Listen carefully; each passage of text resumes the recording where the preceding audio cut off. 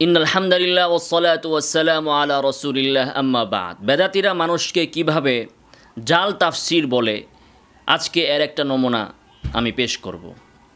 এরা জাল তাফসির কি, ভুয়া তাফসির কি, এরা তো নবীর হাদিসেই আস্থা জাল করে ফেলে।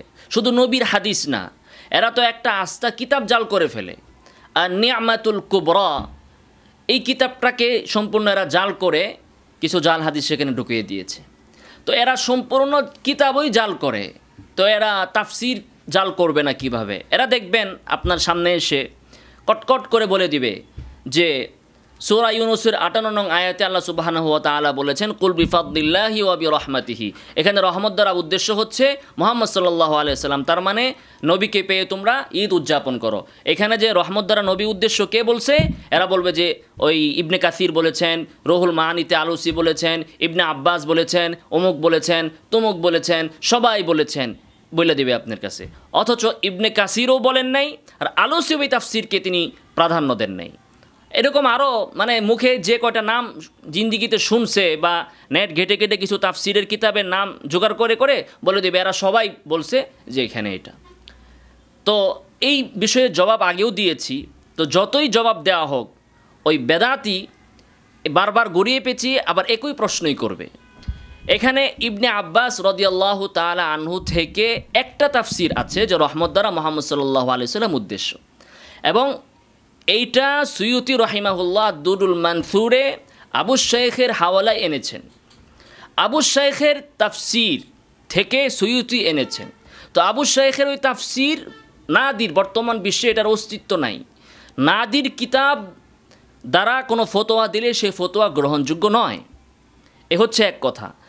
দ্বিতীয় কথা হচ্ছে ইবনে আব্বাস থেকে এক সনদে এক কিতাবে একটা তাফসির আসছে, অথচ ইবনে আব্বাস রাদিয়াল্লাহু তাআলা আনহু থেকে এখানে যে রহমত দ্বারা কোরআন উদ্দেশ্য সেটা 10 কিতাবে 10টা তাফসির গ্রন্থে আসছে, এবং বেশিরভাগ মুহাদ্দিস সেটাকে উল্লেখ করেছেন।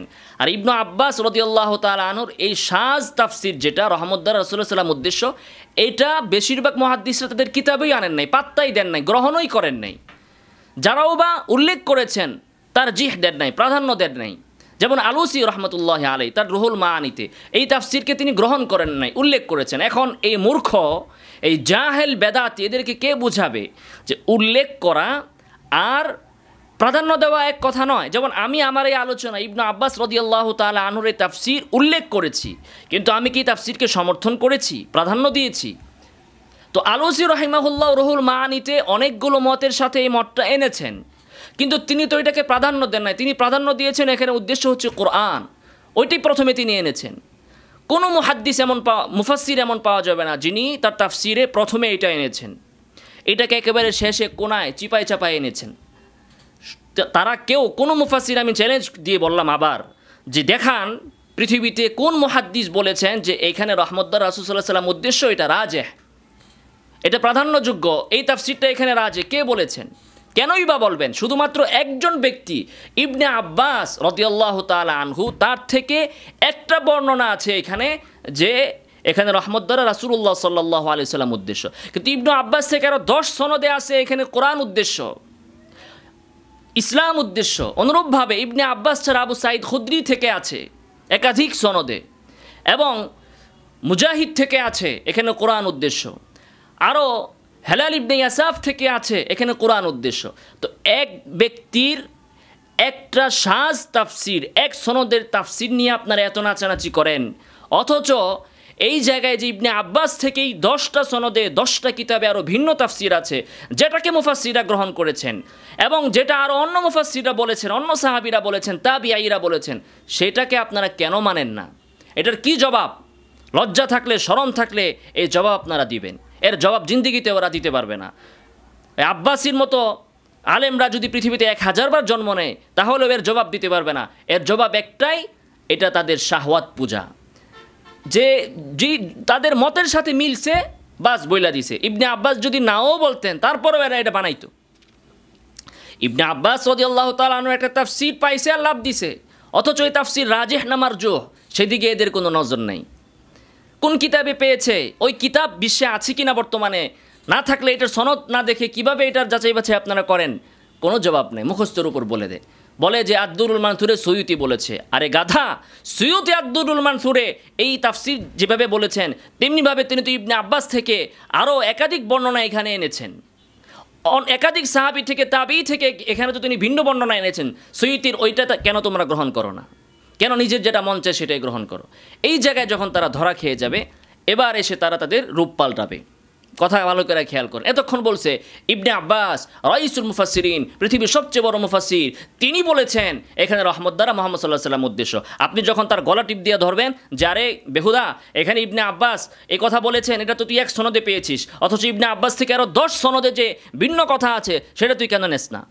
তখন সে বলবে যে পৃথিবীর সব তাফসির বাদ দেন, সব সাহাবী বাদ দেন, সব মুফাসসির বাদ দেন, আসেন আপনাকে কোরআন দিয়ে কোরআনের তাফসির করি। কত বড় বদমাইশ, কত বড় বাটপার! এতক্ষণ ইবনে আব্বাসের দোহাই দিয়েছে, এখন ইবনে আব্বাস বাদ, আবু সাঈদ খুদরি বাদ, সব বাদ, এখন সে নিজেই মুফাসসির সেজে গেছে, কোরআন দিয়ে কোরআনের তাফসির করবে। তো এখানে রহমত দ্বারা আমি দেখলাম যে নেটে ওই রাজারবাগে এরা এই কথা বলতেছে, এবং আমার কমেন্টেও দেখলাম যে বিভিন্ন জাহেলরা এরাও একই কথা বলে যে সব বাদ, তাফসির বাদ, সরাসরি কোরআন দিয়ে কোরআনের তাফসির হবে। এটাকে বলে তাফসির বির রায়।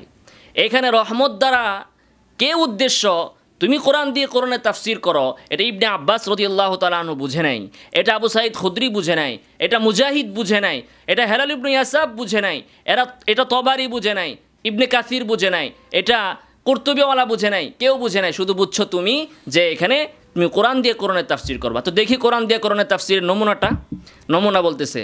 এরা বলে যে রহমত দ্বারা মুহাম্মদ সাল্লাল্লাহু আলাইহি সাল্লাম উদ্দেশ্য। কেন? আল্লাহ তাআলা বলেছেন ওয়ামা আরসালনাকা ইল্লা রাহমাতাল লিল আলামিন, যে আমি আপনাকে রহমত হিসাবে পাঠিয়েছি। আরসালনাকা, আমি আপনার রিসালাতটাকে রহমত বানিয়েছি, নবীর রাসূল হওয়াটা রহমত। বাস, তাহলে কোরআনে আছে, ওখানে আছে নবী রহমত, অতএব এখানে যত জায়গায় আপনি রহমত শব্দ দেখবেন সব জায়গায় নবী উদ্দেশ্য। দেখেছেন কত বড় বাটপার! আচ্ছা, আল্লাহ তাআলা কোরআনে এক জায়গায় বলেছেন মুহাম্মদ সাল্লাল্লাহু আলাইহি ওয়াসাল্লাম আমাদের জন্য রহমত, নিঃসন্দেহে রহমত, অবশ্যই রহমত। কিন্তু তাই বলে কি শুধু মুহাম্মদ সাল্লাল্লাহু আলাইহি ওয়াসাল্লামের রহমত? কোরআনে কি শুধু তাকেই রহমত বলা হয়েছে? কোরআন কি রহমত না? আল্লাহ কি রহমান না? আল্লাহর রহমতের ছিটা ফুটা থেকে সারা পৃথিবীর মানুষকে সে দয়া মায়া রহমত দেওয়া হয়েছে। আমার ভিতরে, আপনার ভিতরে, বাবার ভিতরে, মায়ের ভিতরে সন্তানের প্রতি যে রহমত আসে, একটা পশুর মধ্যে তার সন্তানের প্রতি যে রহমত আসে, এবং নবী সাল্লাল্লাহু আলাইহি সাল্লামের ভিতরে যে রহমত আছে, এই সকল দয়া আল্লাহর রহমতের ছিটা ফুটা থেকে অল্প একটু দেওয়া হয়েছে, হাজার ভাগের কণা ভাগ দেওয়া হয়েছে। তো নবী রহমত, আল্লাহ রহমান না? তো আল্লাহ রহমান, কোরআন রহমত না? কোরআন তো আল্লাহর কালাম। কিছু গাদা, মানে এদেরকে কাফের বলবেন না তো কাফেরকে, এরা বলে যে মুহাম্মদ সাল্লাল্লাহু আলাইহি সাল্লাম থেকে নাকি কোরআন থেকে মুহাম্মদ সাল্লাল্লাহু আলাইহি সাল্লাম বড়। নাউজুবিল্লাহি মিন যালিক। কোরআন এটা খালেকের হাইসিয়ত রাখে, এটা খালেকের কালাম। আল্লাহর যে শান, আল্লাহর কালামেরও একই শান। এরা কত বড় মস্ত বড় বেয়াদব! এজন্য আহমদ ইবনে হাম্বল বলেছেন যে কোরআনকে মাখলুক বলা যাবে না, কোরআনকে সৃষ্টি বলা যাবে না। মুহাম্মদ সাল্লাল্লাহু আলাইহি সাল্লাম সৃষ্টি, তিনি আব্দুল্লাহ, আল্লাহর একজন বান্দা, গোলাম, দাস। তো আল্লাহর বান্দাকে এরা তুলনা করছে আল্লাহর কালামের সাথে। কত বড় বদমাইশ, কত বড় জিন্দিকেরা, কাফের এরা! চিন্তা করেন, এরা আহলুস সুন্নাহ ওয়াল জামাতের হক্কানি আলেমদেরকে কাফের বলে বেড়ায়। নিজেদের ইমানের কি খবর এলা দেখেন। তো দেখুন, কোরআন দিয়ে কোরআনের তাফসির করতেছে। তো কোরআনের এক জায়গায় বলা হয়েছে মুহাম্মদ সাল্লাল্লাহু আলাইহি সাল্লাম রহমত, লাভ দিছে। কোরআনের আর আয়াত এদের চোখে পড়ে না। ওয়ানুনাজ্জিলু মিনাল কোরআনি মা হুয়া শিফাউন ওয়া রাহমাতুল লিল মুমিনিন। আল্লাহ তাআলা বলতেছেন যে কোরআন হচ্ছে শিফা এবং রহমত মুমিনদের জন্য, বেদাতীদের জন্য না। এজন্য এরা হেদায়েত পায় না। যারা মুমিন, যারা খাঁটি মুমিন, কোরআন এদের জন্য রহমত। কোরআন ওই বেদাতীদের জন্য রহমত না, এই জন্য ওরা আর স্বীকার করে না। এই জন্যই সাহাবায়ে কেরাম এই জায়গায় তাফসির করেছেন রহমত দ্বারা কোরআন উদ্দেশ্য। আবু সাঈদ খুদরি তাফসির করেছেন, আনাস থেকে আছে, এবং স্বয়ং রাসূলুল্লাহ সাল্লাল্লাহু আলাইহি ওয়াসাল্লাম থেকে এখানে তাফসির আছে যে রহমত দ্বারা এখানে কোরআন উদ্দেশ্য। স্বয়ং রাসূলুল্লাহ সাল্লাল্লাহু আলাইহি ওয়াসাল্লাম থেকে এখানে তাফসির আছে। তো মুহাম্মদ সাল্লাল্লাহু আলাইহি ওয়াসাল্লামের তাফসির বাদ দিয়ে তুমি কোরআন থেকে কোরআনের তাফসির করো। নবী রহমত, কোরআন রহমত না। তো ওয়ানুনাজ্জিলু মিনাল কোরআনি মা হুয়া শিফাউ ওয়া রাহমাতুল লিল মুমিনিন, এর দ্বারা কি বোঝা গেল? তাহলে এখন আসেন কোরআন দ্বারা কোরআনের তাফসির।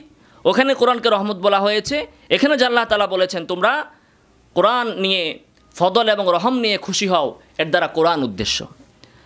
এর আগের আয়াতও সেটাই বলে। এর আগের আয়াতে আল্লাহ তাআলা কি বলেছেন? এরা কিন্তু আগের আয়াতটা বলে না। 57 নং আয়াতে আল্লাহ তাআলা বলেছেন, ইয়া আইয়ুহান নাস কদ জাআতকুম মাউইযাতুম মির রাব্বিকুম ওয়া শিফাউল লিমা ফিস সুদূর ওয়া হুদাও ওয়া রাহমাতুল লিল মুমিনিন।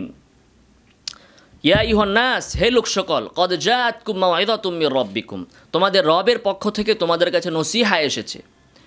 কদ জাআতকুম মাউইযাতুম মির রাব্বিকুম ওয়া শিফাউল লিমা ফিস সুদূর, এবং অন্তরে তোমাদের যে বেদি আছে এটা সেই বেদির জন্য শিফা, ঔষধ। ওয়া হুদান, এবং হেদায়েত। ওয়া রাহমাতুল লিল মুমিনিন, এবং মুমিনদের জন্য রহমত। এই আয়াতের ভিতরে আল্লাহ তাআলা কোরআনকে রহমত বলেছেন। তো পরের আয়াতে রহমত দ্বারা তাহলে কি উদ্দেশ্য? আগের আয়াতে কোরআনের কথা বলা হচ্ছে, আল্লাহ বলতেছেন যে হে লোক সকল, ঘোষণা দিয়ে বলতেছেন যে তোমাদের কাছে কোরআন এসেছে। এর পরের আয়াতে বলতেছেন অতএব আল্লাহর অনুগ্রহ এবং রহমত নিয়ে তোমরা খুশি হও। এখানে রহমত দ্বারা কি উদ্দেশ্য? আগের আয়াতে যেটা উদ্দেশ্য এখানেও সেটাই উদ্দেশ্য। তো অসংখ্য আয়াতে কোরআনকে কিন্তু রহমত বলা হয়েছে। এখন কোরআনে মুহাম্মদ সাল্লাল্লাহু আলাইহি ওয়াসাল্লাম ও রহমত, কোরআন ও রহমত। এখন এই আয়াতে কোন রহমত উদ্দেশ্য? এই আয়াতে কোরআন উদ্দেশ্য, কারণ রাসূল সাল্লাল্লাহু আলাইহি ওয়াসাল্লামের তাফসীর, সাহাবায়ে কেরামের তাফসীর, আগের আয়াত আরও একটা প্রমাণ আছে। মুহাম্মদ সাল্লাল্লাহু আলাইহি ওয়াসাল্লাম রহমত, ওয়া মা আরসালনাকা ইল্লা রাহমাতাল লিল আলামিন। এখানে আল্লাহ তাআলা মুহাম্মদ সাল্লাল্লাহু আলাইহি ওয়াসাল্লামকে পুরা জগতের জন্য রহমত বলেছেন। আর এই আয়াতের ভিতরে যে রহমতের কথা বলা হয়েছে সেটা গোটা জগতের জন্য নয়, সেটা শুধু মুমিনদের ক্ষেত্রে বলা হয়েছে। আগের আয়াতে আল্লাহ তাআলা বলেছেন ওয়া হুদাও ওয়া রাহমাতুল লিল মুমিনিন, মুমিনদের জন্য রহমত। আর পরের আয়াতে আল্লাহ তাআলা কি বলতেছেন?